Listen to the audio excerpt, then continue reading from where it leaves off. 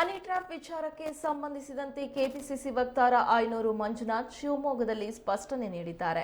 Budget ಸದನದಲ್ಲಿ ಕೇವಲ budget ಬಗ್ಗೆ ಮಾತನಾಡಬೇಕು. ಹನಿ ಟ್ರ್ಯಾಪ್ ವಿಚಾರ ಮೊದಲು ಪ್ರಸ್ತಾವನೆ ಮಾಡಿದ್ದು ಶಾಸಕ ಯತ್ನಾಳ್. ನಂತರ ರಾಜಣ್ಣ ಅವರು ಈ ವಿಷಯದ ಕುರಿತು ಸ್ಪಷ್ಟನೆ ನೀಡಿದ್ದಾರೆ ಅಷ್ಟೇ ಎಂದು ಪತ್ರಕರ್ತರ ಪ್ರಶ್ನೆಗೆ ಉತ್ತರ ನೀಡಿದರು. ಇಂತಹ ದೋಷವನ್ನ ಕಾನೂನು ಮಟ್ಟದಲ್ಲಿ ಮಟ್ಟ ಹಾಕಲು ಗೃಹ ಮಂತ್ರಿ ಜಿ ಪರಮೇಶ್ವರ್ ಸಿದ್ಧರಿದ್ದಾರೆ ಎಂದು ಆಯನೂರು ಮಂಜುನಾಥ್ ತಿಳಿಸಿದ್ದಾರೆ.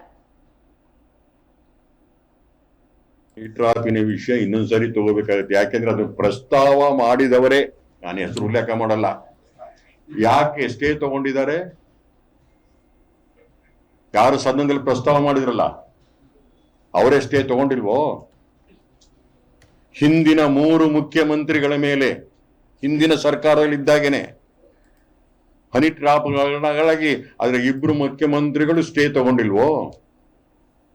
ಒಬ್ಬರು ಸಚಿವರು ಆಗಿದ್ದಂಥವ್ರು ಸದನದಲ್ಲೇ ಬಂದು ಕಣ್ಣೀರು ಹಾಕಿ ನನ್ನ ಮೇಲೆ ಸಲಿಂಗದ ಆಪಾದನೆ ಬಂದು ಬಿಟ್ಟಿದೆ ಅಂತೇಳಿ ಕಣ್ಣೀರು ಹಾಕ್ಲಿಲ್ವೋ? ಆ ಥರ ಯಾವುದೇ ಸಂದರ್ಭದಲ್ಲಿ ನೀವು ಸಿಬಿಐ ಕೇಳಲೇ ಇಲ್ಲ. ಯಾಕೆ? ತಮ್ಮದೇ ಸರ್ಕಾರ 2 ಕಡೆ ಇತ್ತು.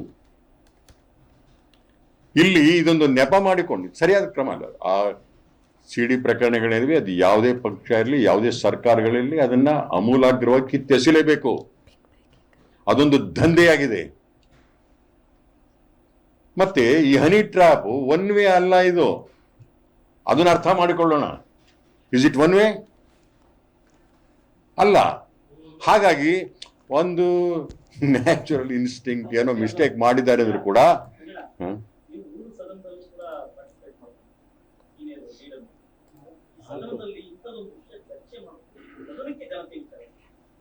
ಇದನ್ನ ಚರ್ಚೆ ಮಾಡುವುದಕ್ಕಿಂತ ಹೋಗಿ ಚರ್ಚೆ ಮಾಡಿದವರು ಯಾರಾದ್ರೂ ಸಾಲಿಡ್ ಪ್ರೂಫ್ಗಳನ್ನಿಟ್ರ ಇಲ್ಲ. ಸದನ ಎಷ್ಟು ಗಂಭೀರವಾಗಿರ್ಬೇಕಾಗತ್ತೆ ಅಂದ್ರೆ, ನಿಮಗೆ ನೆನಪಿದೆ, ಬರೇ ಒಂದು ಬ್ಲೂ ಫಿಲಮ್ ಅನ್ನ ಮೊಬೈಲಲ್ಲಿ ಯಾವ್ದೋ ಪಾಸ್ ಆಗಿದ್ದನ್ನು ನೋಡಿದಾಗ ಅದ್ರ ಮೇಲೆ ಕ್ರಮ ತಗೊಳ್ಬೇಕಾಯ್ತು, ರಾಜೀನಾಮೆಗಳು ಕೊಡಬೇಕಾಯ್ತು. ನಮಗೆ ನೆನಪಿದೆ, ಅದು ಯಾರ್ಯಾರು ಅಂತಲೂ ಕೂಡ ನೆನಪಿದೆ. ಆ ತರ ಅಶ್ಲೀಲತೆಯ ವೀಕ್ಷಣೆ ಅಥವಾ ಪ್ರದರ್ಶನದ ಜಾಗ ಇದಲ್ಲ. ಅದನ್ನ ಹೇಗೆ ಚರ್ಚೆ ಮಾಡಬೇಕು ಹಾಗೆ ಚರ್ಚೆ ಮಾಡಬೇಕು, ಅಥವಾ ಹಾಗಿದ್ರೆ ನೇರವಾಗಿ ಸಂಬಂಧಪಟ್ಟಂತವರ ಮಧ್ಯೆ ಹೋಗಿ ಹೇಳಬೇಕು, ಕಾನೂನು ಕ್ರಮವನ್ನು ತೆಗೆದುಕೊಳ್ಳಂಗೆ ಮಾಡಬೇಕು. ಒಂದು ಅಶ್ಲೀಲತೆ ಪರಮಾವಧಿ ಇದು. ನೀವು ಏನ್ ಚರ್ಚೆ ಮಾಡೋದು ಸದನದಲ್ಲಿ? ಅದು ಬಜೆಟ್ ಅಧಿವೇಶನ. ತಂದದ್ದವರಲ್ಲ, ಬೇರೆಯವರು ಪ್ರಸ್ತಾವ ಮಾಡಿದ್ರು, ಯತ್ನಾಳ್ ಅವರು ಅದಕ್ಕೆ ಅವ್ರ ಹೆಸರನ್ನ ಅವ್ರು ಹೇಳಿದ್ರು, ಅವರ ಸಮರ್ಥನೆ ಹೋದ್ರು. ಅದು ಸರಿಯಲ್ಲ. ಸದನದಲ್ಲಿ ಪ್ರಶ್ನೆ ಆಗುವಂತ ಬಹಳ ಗಹನ ವಿಚಾರವೇ ಅಂತ ಕೇಳ್ತಾ ಇದ್ದೇನೆ.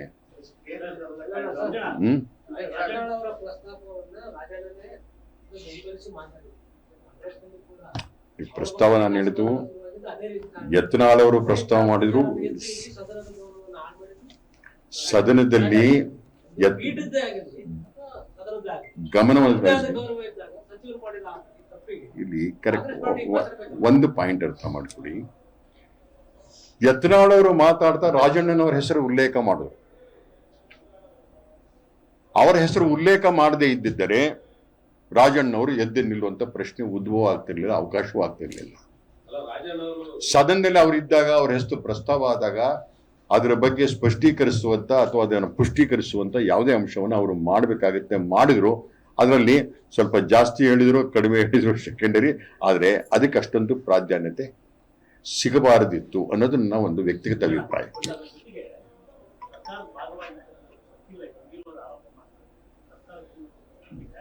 ಅದನ್ನೇ ಸರ್ಕಾರ ಕೇಳಿದೆ, ತಾವು ಕಂಪ್ಲೇಂಟ್ ಅನ್ನ ಕೊಡಿ ಅಂತೇಳಿ ಹೋಮ್ ಮಿನಿಸ್ಟರ್ ಕೂಡ ಹೇಳಿದ್ದಾರೆ.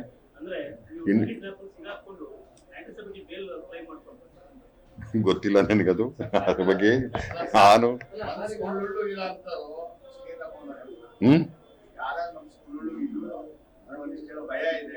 ನೋಡಿ, ಬಹಳ ಜನ ಮಾತಾಡಕ್ಕೆ ಹೋಗಿಲ್ಲ. ಅವರು ತಗೊಂಡಾರೆ, ಅವ್ರ ಮಕ್ಳು ತಗೊಂಡಾರೆ. ಶಿವಮೊಗ್ಗದಲ್ಲೇ ಬಾಂಬ್ ಸಿಡಿಬೇಕಾಗಿತ್ತು ಮಕ್ಳುಗಳಿಗೆ ಇಲ್ದೇ ಇದ್ದಿದ್ರೆ. ಬಹಳ ಜನರದ್ದಿದೆ ಬಿಡಿ. ಅದು ವ್ಯಕ್ತಿಗತವಾದಂತ ವೈಯಕ್ತಿಕ ದೋಷವನ್ನ ಬಹಳ ವೈಭವೀಕರಿಸಬಹುದು, ಅಗತ್ಯ ಇಲ್ಲ.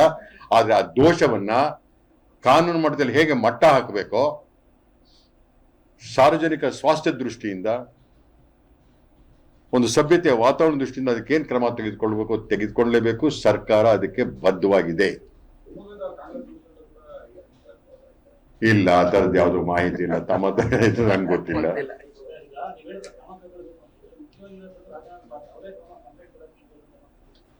ಹೇಳಿದ್ದಾರೆ, ಇವತ್ತು ನಾನು ಕೊಡ್ತಾ ಇದ್ದೇನೆ ಅಂತ ಹೇಳಿದ್ದಾರೆ.